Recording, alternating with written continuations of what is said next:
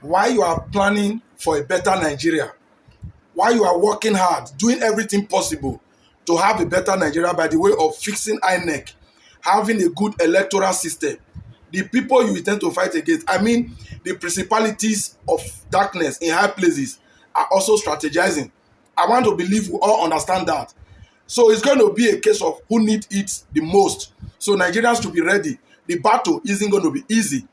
Now Nigerians are beginning to clamor for INEC reforms. Fix INEC, fix INEC. And then we see, and then I just bump into a video, an interview granted by the INEC chairman, and I felt really, really angry listening to him.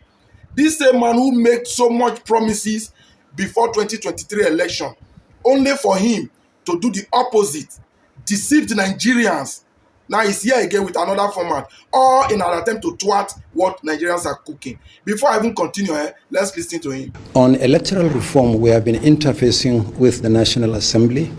2 weeks ago, we had a retreat in Lagos with the Joint Committee of the Senate and House of Representatives on electoral reform.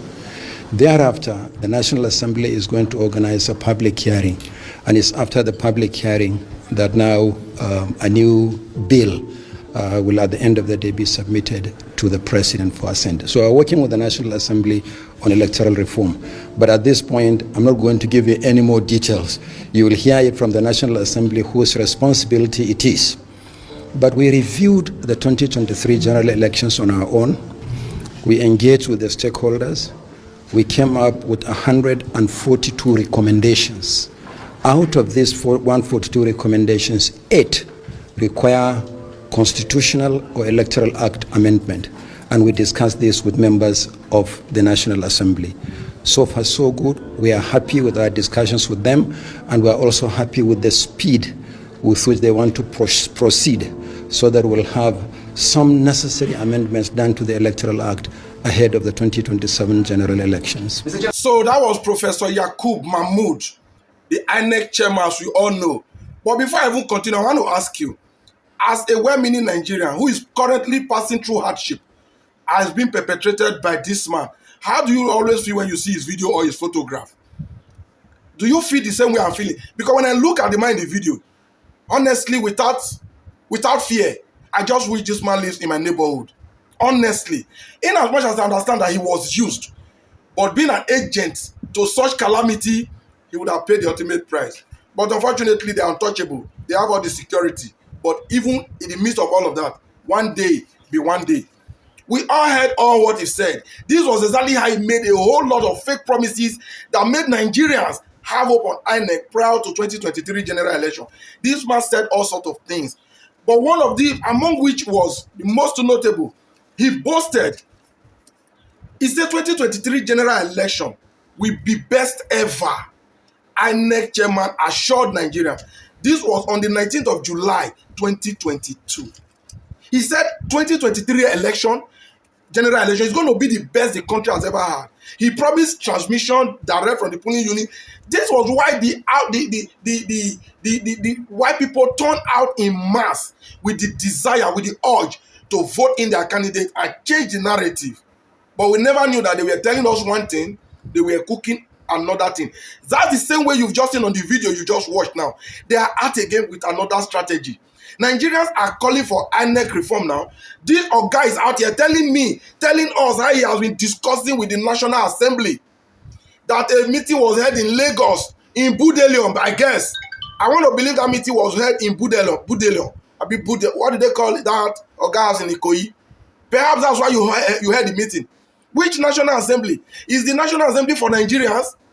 Okay, this same INEC chairman told us after the election, when the case was in court, when he was being criticized, and they even went ahead to say that 2023 election, general election, was very free, fair, and credible. He said so himself. Okay, but now in this video, you also heard him saying, after interacting with people, stakeholders, and all of that, they are able to come out with 142 recommendations. Why would you be needing a new recommendation when the election you conducted in the past, you said was very free, fair, and credible? So see, Nigerians, you guys must not be carried away by this agent of wickedness. Is it agent of wickedness? Is he an agent really? But I want to believe he's an agent because he can be hired and fired. We must not listen to him. We've submitted a letter to the National Assembly. That is what we have to insist they act upon. Because whatever they are cooking is to further finish us.